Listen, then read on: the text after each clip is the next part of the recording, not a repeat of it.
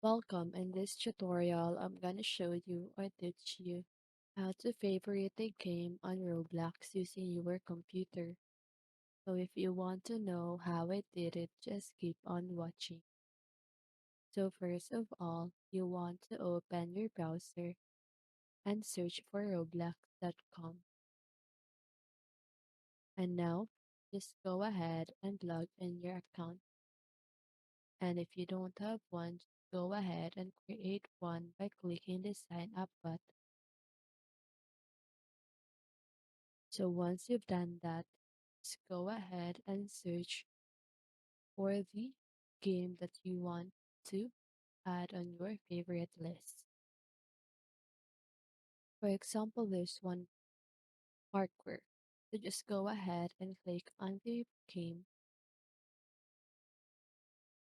So now you can see the favorite option here.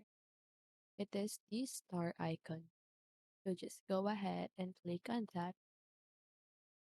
As you can see that it says favorited.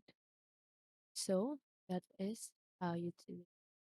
Thank you for watching our tutorial on how to favorite a game on Roblox using your computer.